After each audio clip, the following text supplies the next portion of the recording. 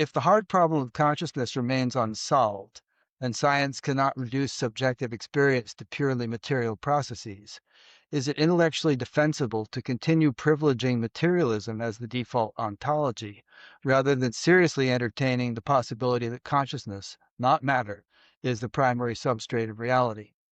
Yeah, look, I think that's already occurring. It depends who you ask. Yeah. The people who would disagree with the premise that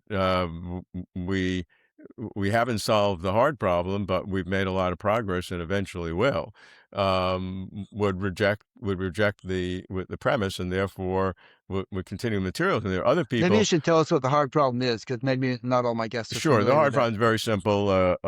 It's existed forever, but David Chalmers coined the hard problem, 30 odd years ago.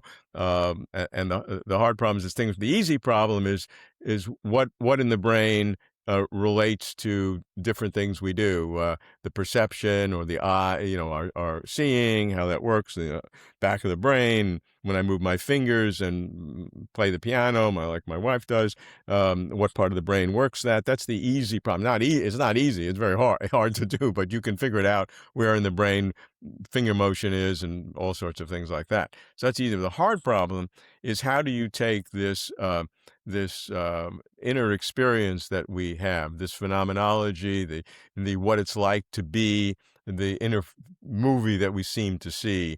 Inner movie doesn't have to be just visual, but our whole nature of consciousness. How can those mental states be reduced or to be explained totally by physical states? That's the hard problem. How can mental states be explained totally by physical states? And anybody who thinks that's not possible, in principle, are already going to put consciousness as primary, which Mhm. is the question is approached. They're already doing that.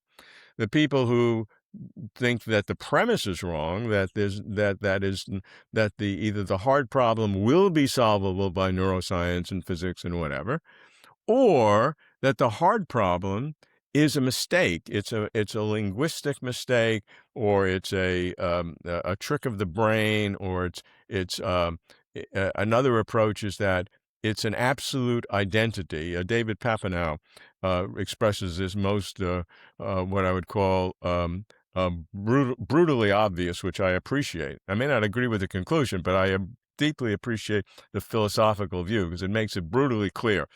And the brutal clarity is, uh, um, David Chalmers famously made with the zombie argument. I can imagine somebody exactly like me doing everything, but no inner experience. I could fool my wife, my kids, my psychiatrist. I don't have one, but if I had one, I could fool my psychiatrist, my doctor, whatever. But I have no inner experience. Is that conceivable? Yeah, that's conceivable. And so if it's conceivable, when I have the inner experience, there must be something else. Yeah, And robots that's can that. load dishwashers these days, but they probably have no Yeah, inner yeah, and experience. and and that's the big question about our consciousness.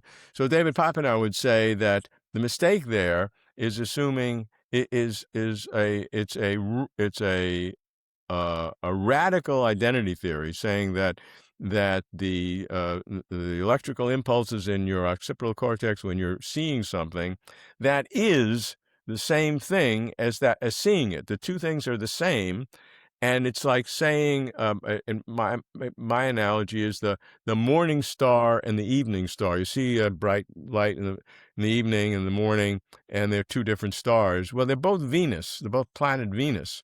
But because they're seen at different times, they have had different names. But if you remove one, if you say you destroyed the evening star, the morning star disappears.